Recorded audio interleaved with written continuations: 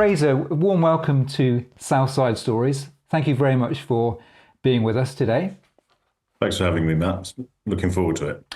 Yeah, me too. We had a bit of a conversation last week, and you run a very interesting business. Perhaps you could start by just introducing yourself, Frazer. Tell us a little bit about you and your business. So I'm Frazer Argyros-Farrell. I'm the Managing Director for CHPK Fire Engineering Limited. I have a background in fire, broad background. Started life in a training company, training fire brigades, fire engineers, fire safety managers, all sorts, and then hopped into the insurance industry for a little while. Well, I say a little while, 16 years, and then joined the fire engineering industry about 4.5 years ago, running a fire engineering firm, and I've been here just over 18 months now, running CHPK. Great. Tell us a little bit. So it sounds like you're very well qualified for what you do, and you're going to tell us about that in a second. So tell us a little bit about your company and what your main offerings are. Yeah, so I mean, CHPK Group is a bigger part. So we're a multi-disc team, property and construction consultants, sort of anything from party walls to building control, all that kind of stuff, and all the bits in between QS, CDM. And then sort of 4 years ago, there was a realization that there was a need for a fire engineering firm. So then CHPK Fire Engineering was born. And we do everything and anything to do with fire engineering. So starting with sort of the grassroots fire engineering, supporting architects, designers, developers through the REBA stages. We do external wall remediation, part of the Grenfell report. So advising clients on what the buildings are made from, whether they need to remove facades, put some other mitigating factors in. We do facade design, which is a new part of the business, quite exciting. Not many people out there that do it from our background with the fire sort of bias to it. And on top, we do CFD, which is computational fluid dynamics, which is looking at how heat and smoke moves through buildings. And then we do complex FRAs, fire risk assessments as well. So pretty much anything to do with fire, we can sort of cover it. Fire has been in the headlines, of course, for tragic reasons with Grenfell. How has that changed sort of what you do and where you focus on?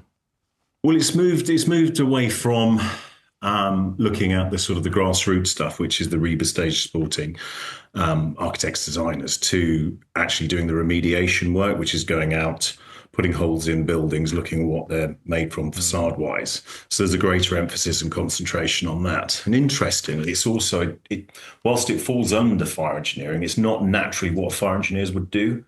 Whilst they understand the risks associated with it, generally fire engineers aren't trained to understand what a wall makeup is, what makes a wall, what they should expect to see, how it's fixed, all that kind of stuff. That sounds very interesting. Maybe we'll come back to that topic in a little bit. As you think about sort of your journey, I think 18 months of the company and from 24 moving into now 2025, Frazer, what was the sort of biggest challenge in your business for this year? Biggest challenge has been recruitment, obviously. And, with that goes controlling costs because it's a very small pool. There aren't many fire engineers out there, and you need chartered fire engineers. So we had a lot of challenge trying to get the right people in to do the job. So we sort of changed tack a little bit and looked at sort of thought outside the box and actually brought in facade designers and facade engineers rather than using fire engineers. Because if you've got a background and understand what a wall is made up from and external parts of the building, the envelope, you understand what that's made up from. As fire engineers, we can teach you the other bits to do with fire.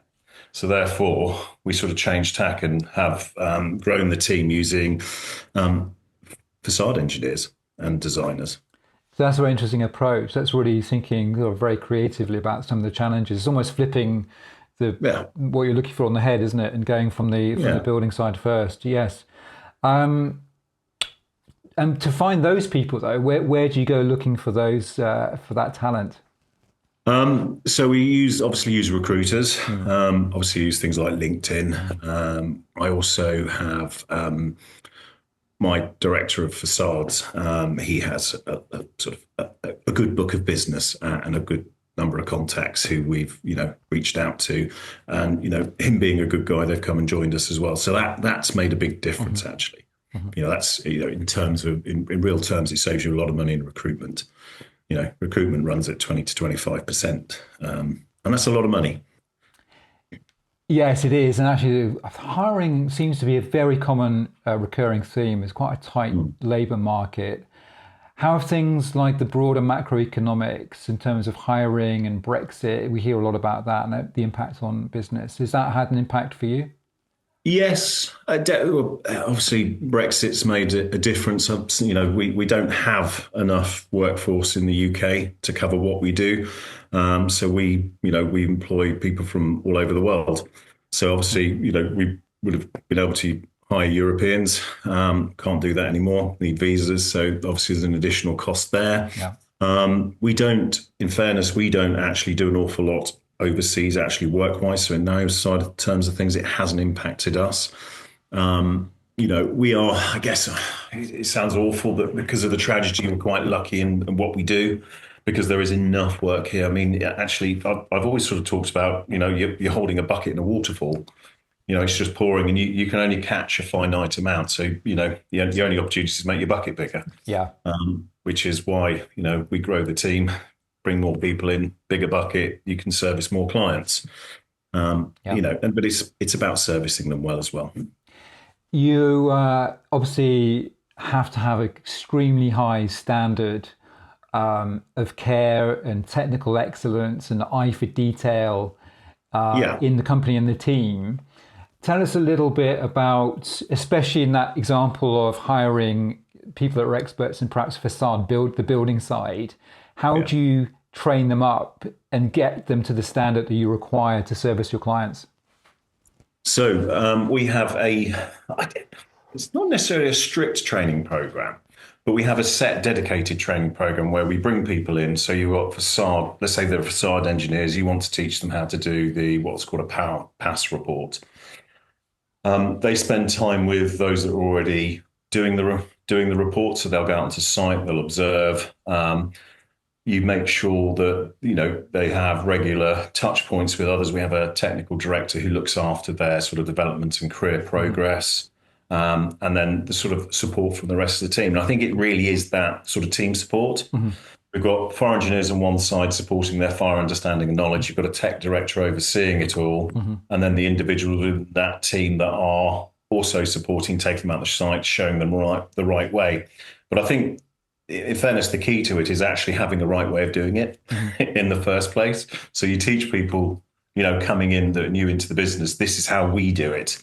There's hundreds of different ways of doing something, but this is how we do it. And that's as far as we're concerned, that's the right way. And you teach them that from the start. I think that's the key into it, isn't it? It is, yeah. And that's something actually at Action Coach we do a lot around, which is the systemization and documentation and getting the process really documented. Is that something that you follow, that systemization and making sure that there's a standard? Open and honest, it wasn't in play when I got here. It was part of the sort of implementations that I've done is actually bringing in process procedures and having these sort of standard operating procedures. This is how you are a facade designer at CHPK.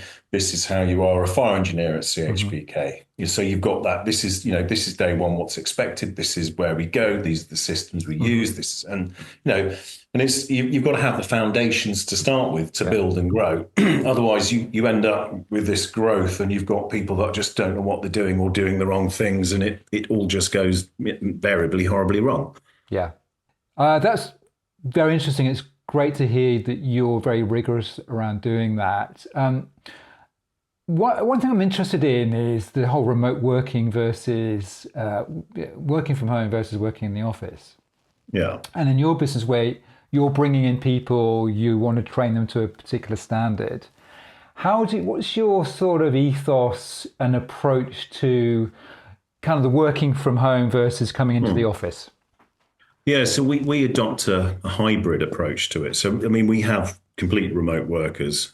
So we have, people in Scotland, Northern Ireland, Northeast, Northwest, in and around sort of South, Southwest, and obviously a load around London. we have, for those that are sort of based around the London office, it's a 2 days working from home Right. maximum. Yeah. So you can work from home for 2 days, and then if you're on site for 3 days, then that's fine. But if you're only on site for a couple of days, then you would come into the office. And I think it works well. I think, with what we do, we are out and about. We do spend a lot of time on our own on site with clients or meetings, those kind of things. But I think when you've got the opportunity being in the office, and it's that kind of learning through osmosis, isn't it? Yeah. You're sitting in the office, you hear a Yeah. conversation, you think to yourself, well, actually, that came up with me the other week. So you can interject into that conversation and say, well, actually, this is the solution I found. Or you overhear the conversation, and somewhere down the line, that issue comes up with you, and you go, I remember, I remember Yeah. mine, such and such talking in the office, and this was the solution they came up with. And it starts the debate, it starts a greater conversation, because other people may also actually say, do you know what? I disagree. I think this is a better solution. And all the time you've got, especially when you've got graduate fire engineers or junior engineers, they learn from this stuff. Yeah. They learn from those conversations Yeah. because it's all new. This is a new environment to them, and they get to sort of live it, feel it, and it's that energy as well. They will see my and the seniors getting excited discussing this stuff, and I think that's really important because that's what makes a great team, is where you get that enthusiasm and excitement. When you see the senior members of the team excited about something, it sort of rubs off on the rest. Yeah, that's a great point. I think you're absolutely right. It's so much harder to try and get that sense of team communication and the culture of the company if Yeah. everybody's always working from home. So it sounds like Yeah. you're doing a great job there. Just go back to hiring for a minute. I'm interested in, obviously, you're recruiting for a set of technical skills, there would be, I guess, the mandatory things that you're looking for. But tell me a little bit about the other qualities that you might be looking for. And I'm thinking about, communication skills or Yeah. cultural fit and how important that might Yeah. be to you. I think I tried to. I did count it up once with the HR director of how many people we've interviewed. We've interviewed a lot of people Mm. over the last 18 Hmm. months, Hmm. and we've grown this team from 26 to now 40. Hmm. And it's there's lots of fire engineers out there, but I actually look for people that have that sort of team player, Hmm. people that can work within the team, people that can communicate. Because we're sitting in an environment where we have to deliver information to clients, we have to deliver information to potentially flat owners and occupiers, Yeah. in a and you have to have that sort of what's the word I'm looking for? Blanked. We probably have the ability, you need the ability to sometimes take, I would imagine, quite complicated and also worrying things as well Yeah, sometimes. I remember when we moved into this apartment here, I think it's the Building Safety Act, that's right. Yeah, which was post Grenfell. And actually, some of the conveyancing surveyors, some of them would struggle with actually communicating this kind of complex thing. I think some of them were yeah, still kind of working it out. So I yeah. imagine it's like tenfold in your business. Yeah, and it's because we'll use things like tolerable risk, and it's like this is somebody's home. Yeah, You can't use the word tolerable risk. I mean, for us, yeah. that's okay. We accept a tolerable risk in Hmm. certain environments, but actually, to somebody like like you say, like yourself, who's got this flat they've just bought and they're happy hunky dory with it, and all of a sudden somebody comes in and says it's a tolerable risk. Yeah. All they hear is the word risk, probably. Yeah, Yeah, yeah. So you have to, it's about communicating yeah, using language that people understand, but yeah, it's also having conviction. If we go up against all sorts of people coming in and challenging what we do, and you have to have the conviction to be able to stand by what you've proposed and actually argue, not necessarily argue, that's the wrong way, that's the wrong word, but actually, push it through to the logical conclusions that you both land, everyone lands at that conclusion that you've come to. yeah, It's that journey, so it's that communication piece. yeah. And once you've found great people that got the technical skills, the communication skills, the cultural fit, bearing in mind the high cost of hiring, how do you go about retaining those staff once you've got them? Yeah, I mean that's always the challenge, and having done this, looked after teams for years. Mm. For me, a lot of it is around making sure they feel valued, Hmm. and not just valued in terms of financial value, but actually in what they do. Hmm. It's just, making sure people understand when they've done a good job that you recognise it's a good job. Hmm. And it's not, and sometimes, it may be X, gets the praise for it, but it's also recognizing that the other 4 or 5 team members that got you there in the first place. So, sometimes you'll have, a big group sat behind you, but the person whose name's on the tin gets all the reward. But it's Yeah. saying, well done to the person that his name's on the tin, but also making sure that they understand that all the people behind them got them there, Yeah. got it over the line and supported them, and recognizing that too. And I also think a lot of it is around work-life balance.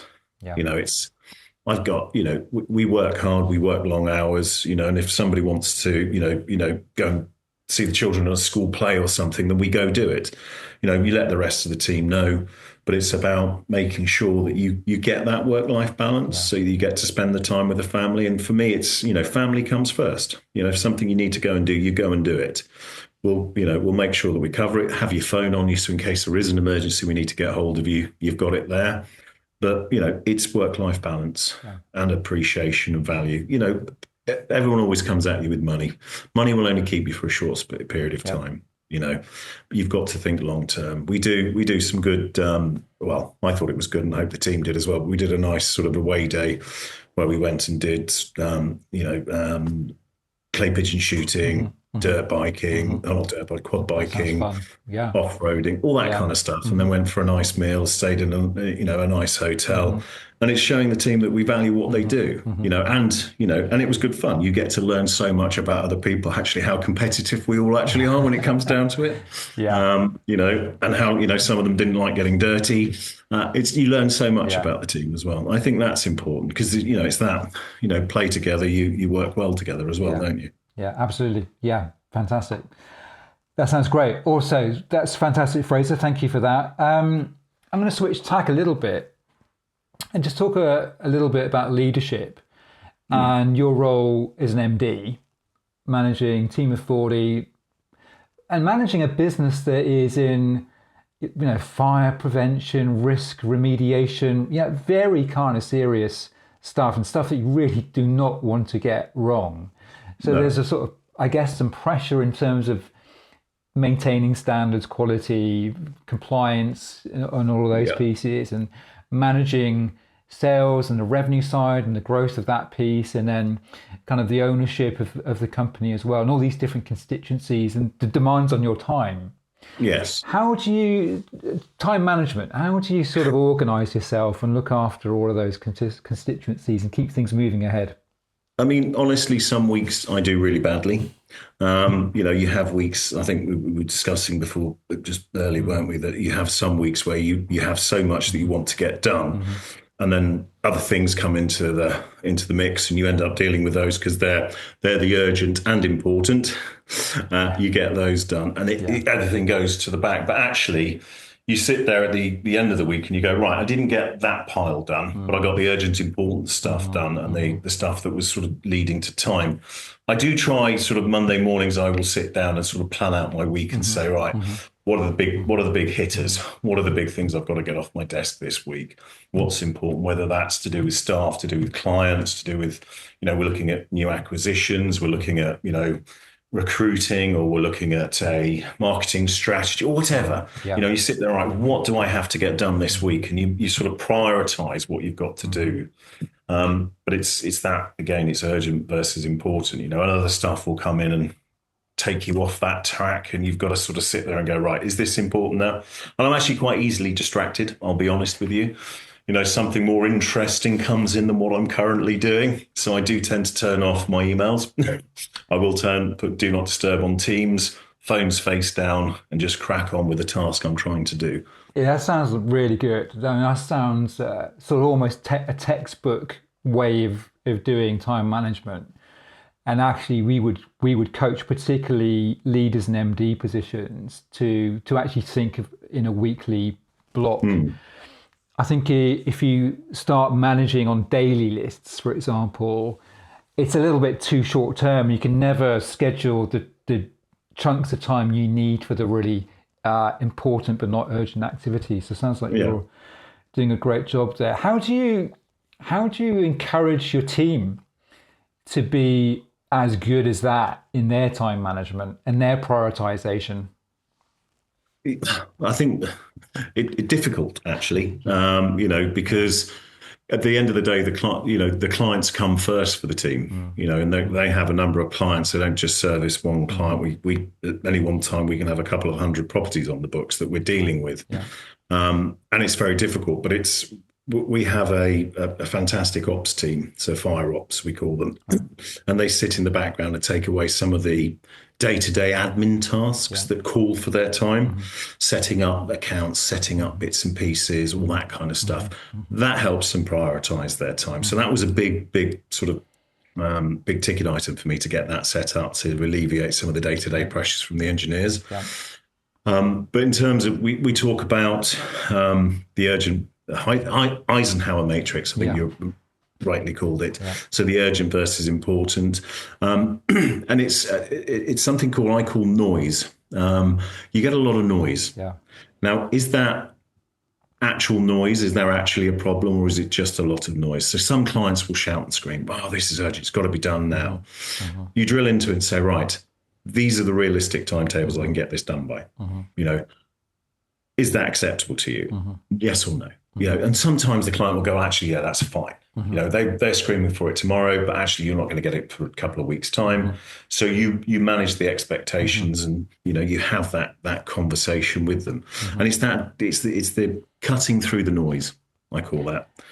That's a real skill, isn't it? Handling clients like that in a sort of respectful way, and it's Yes. seeking first to understand what their urgent drivers are, and are they really urgent?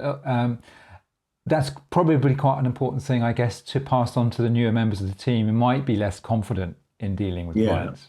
And it's having other members of the team supporting the newer members of the team to do it, because some people aren't naturally gifted at sort of picking up the phone and speaking to someone in those terms. They don't have that natural ability, so that you have to learn it over time. And it's sitting, listening. I always say to the team, come and listen to me doing it. Now, I've got an ops director who also loves it as well. I like having those conversations. I enjoy the interaction with clients, and it's like sit and watch us do it. I do it differently to the ops director, but it's learning and understanding how everyone does it and communicates in their own way, and picking the one that choosing the one that works for you. Fantastic. Yeah.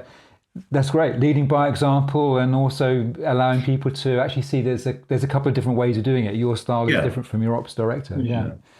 Tell me a little bit about sort of part of the role as the MD is driving revenue, getting the sales in, driving a growth.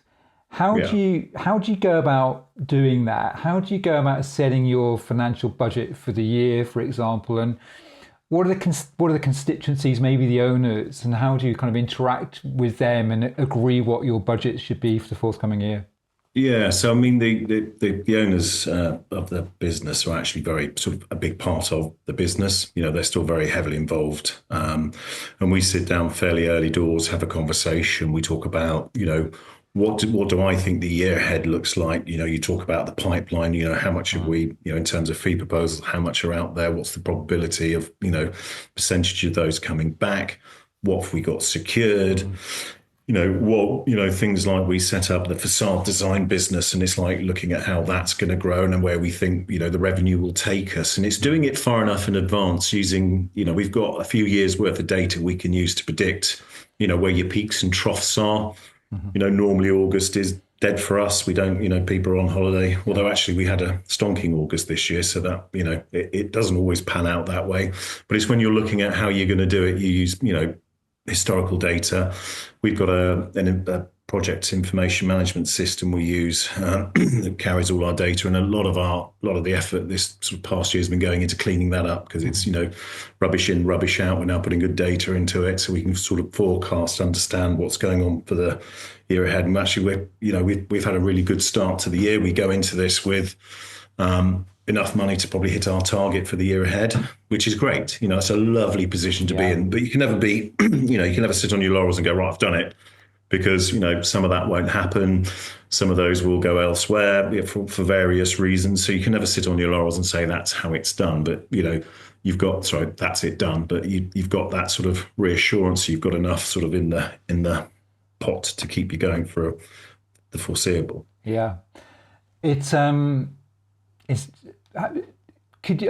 clearly in expanding mode, growth mode, you've gone from 20 to 40, you spoke about earlier in terms of staff numbers. Can you give any indication of your sort of top line growth and how that sort of trajectory looks for you at the moment?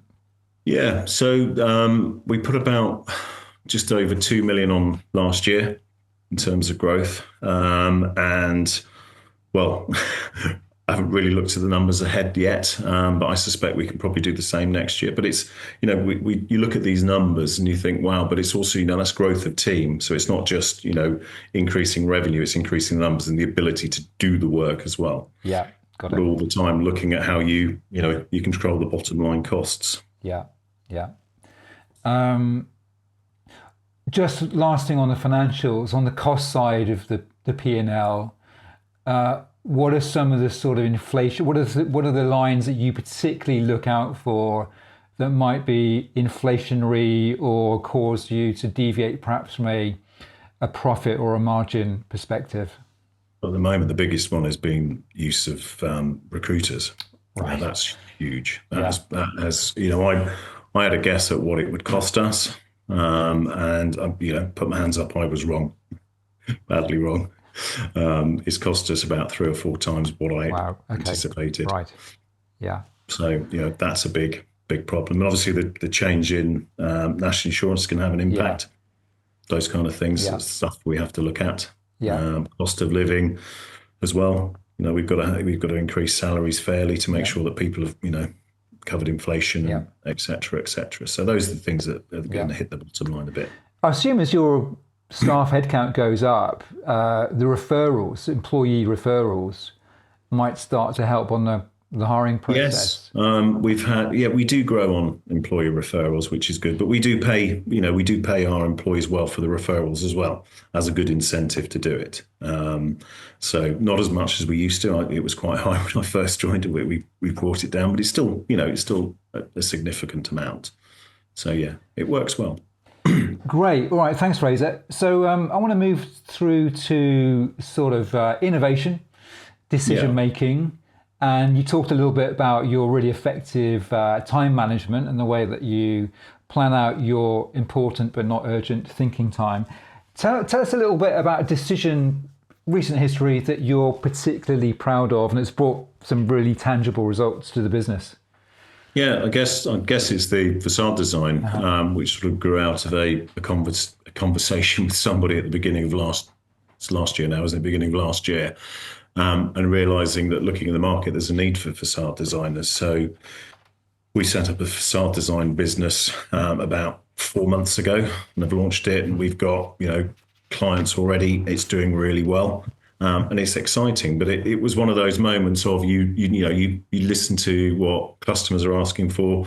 You listen to what other people in the industry are also saying. You listen, they were saying, the architects can't get PI insurance and they can't do the facade design. And you're thinking, oh, okay, hang on a minute. And then you find somebody that can do facade design and you hire them and the next, then it's history. You go with the flow and think, right, this is where we're going. You do a bit of, I'd like to say we did market research. That would be a bit of a fib, but you certainly look at, what others are doing and where that, where it's going.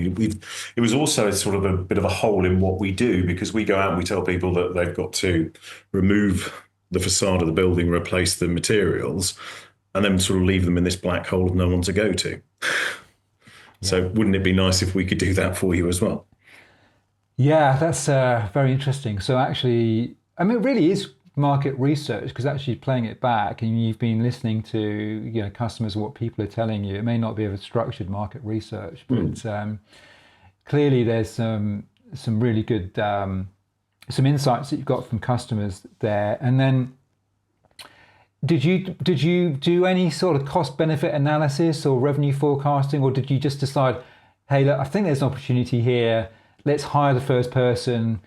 Let's just do it and see what happens. How did you approach that kind of investment side Yeah. of doing that? So the first person we hired was basically looking at thinking outside the box. Instead of employing fire engineers to do facade remediation, we ended up with a facade designer. And then you think, hang on a minute, if we've got this, we can do that. So that's where it was born from. And actually, for us, there is risk because you've got to pay. There are costs about setting up a company and insurances and that kind of stuff. But actually, we can still use these, guys and girls to do the remediation work. Right. So if facade design didn't work, okay, you Right. will lose money. But actually, fundamentally, it's all there. It's right for the picking. As long as you get it right and you've got the right team with the right skill, and you go about sort of, marketing in the right way, The money you should should come. be all right. Yeah, the money Yeah. should follow. Yeah. Do you think there are any lessons in there? So if you were a business owner listening into this podcast, what advice would you give them to sort of find similar opportunities in their business? I realise I'm putting you on the spot here a little bit, but any things that occur to you that would be helpful to our listeners and viewers? Yeah, I think it's about, listening to your customers. I mean, a customer's not always right, but they've got a good idea. Yeah. And it wasn't just a couple of customers that were talking about it. It was a lot when I came in, when you thought about the facade design. You think, you've got to listen to customers. You've got to listen to, there's media. LinkedIn's fantastic because you see trends and analysis is going on LinkedIn, and you're thinking, okay, that's another architect complaining because they can't get their PI insurance. So it's looking at all the different resources out there for you, and it's putting it together. You sit there and you think, oh, actually, you know what? They keep talking about lack of PI, so therefore they can't do that. They're saying they need these. Well, hang on a minute. Yeah. So it's listening to customers. It's talking to, it's also talking to competitors. I've got, quite often speak to some of the sort of heads doing MDs in the other businesses, competitors of ours, and you talk to them. There's enough work for everyone to do. There's no, we're not into this sort of, them and us. We're all in the same business. Let's look after and help each other. And it's talking to them and understanding what they do as well. Great. Some great learnings in there. Okay, fantastic.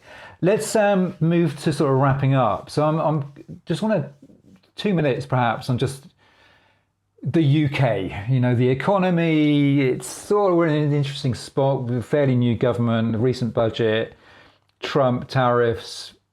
We hear a lot about business confidence and where that is. How are you feeling about the broader economy and your own kind of confidence in both the UK economy and your place within it for this year? Yes, I mean you look at what we do in terms of the fire engineering side of the business. And there's this we need more homes. For us, that's a good thing. But actually, in terms of the work that we get involved in, we don't tend to get involved in small domestics. We get involved in towers, 18-meter plus stuff. It's stopped. There's not much investment in that field to do with the economy, to do with some of the developers having to funnel the money into putting the remediation, money into remediation, those kind of things. So I think in this, the current climate, it's about being able to react to the market sort of quite quickly. I've recently seen another opportunity, which is why we've got fire risk assessment. So it's just adapting to what you do, because we're not going to get mass amounts of work like we did a few years ago from sort of the pure fire engineering, but there's lots of work in other areas. So it's bringing people in, using your current sort of skilled staff to cover those areas. So for us, it's about diversifying, and being agile. Agile was the word I was looking for. It's about being agile and looking at different areas and thinking, right, this is a broad spectrum of what we cover. So, at the moment, I probably won't employ many more fire engineers. I'll concentrate over here, or if that changes, I'll concentrate on this area, and we grow and move down there. So it's about keeping agile. I'm it's going to have its challenges the year ahead. The remediation, obviously, business takes a significant part of our work, and there's a lot of that. There's still hundreds and hundreds of properties to get through. Yeah. So that will always be there. So that's kind of our bread and butter income. But for me, it's looking about what else there is, what's new, what we can do. You've got to keep fire engineers and your team happy and excited about projects as well. So it's not just looking at the high residential stuff, going into commercial stuff, battery farms, science, all sorts. And that's really what it's about. It's about looking at other markets and Great. same. So just to recap there, so yeah, keep agile. Yeah. I think what you're also saying is really listen hard to trends and where that's sort of heading in the macroeconomics and the construction industry, etc., and being adaptable. Yeah. And absolutely sounds like you have been adaptable with things like the facade design business and the remediation business. Yeah. But I think it's that not being scared to do it either. It's Yeah. if you've gone down one route and it's not working, you've got to cut your losses and say, well, that doesn't work. And you change track. You go, right, we're going to do this. You do your research, you have a go, see where it leads you. Yeah. And I think, somebody once said to me, one of the problems in business is knowing when to pull the plug. Yeah.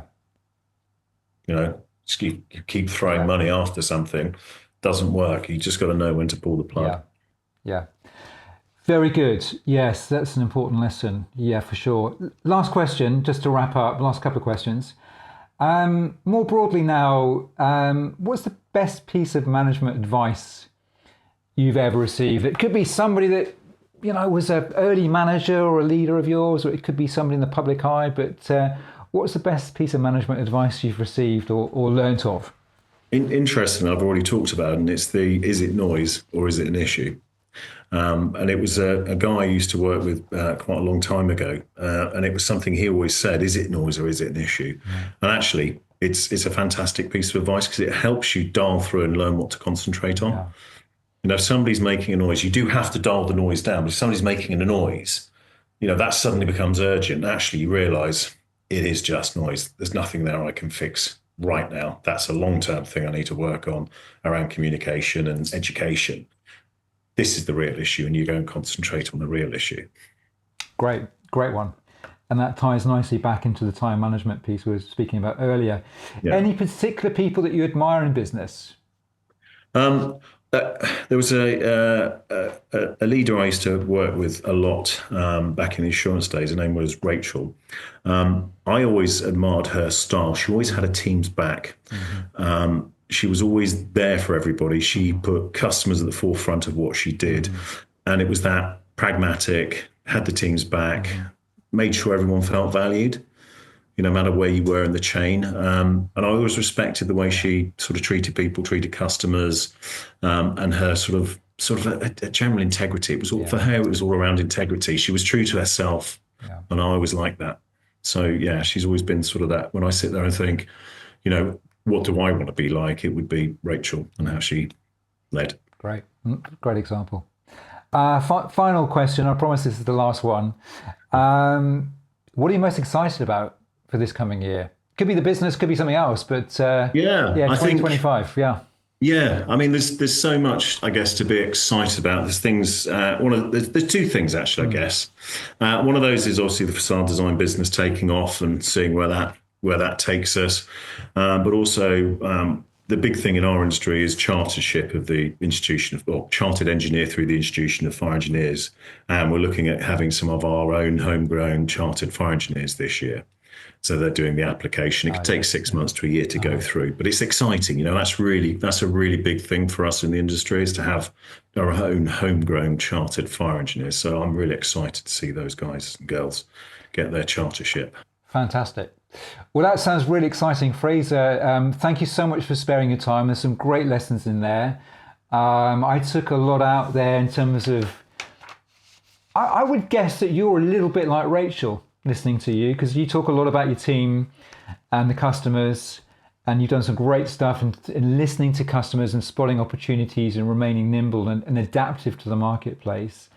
And then, I talk to a lot of business owners. A lot of them really struggle with the time management piece. And I love what you came up with there. Well, a previous manager of yours, is it noise or is it an issue? I think that's one that I'm going to remember and use with my clients. So thank you very much for your time, Frazer. No, thank you. It's been a pleasure.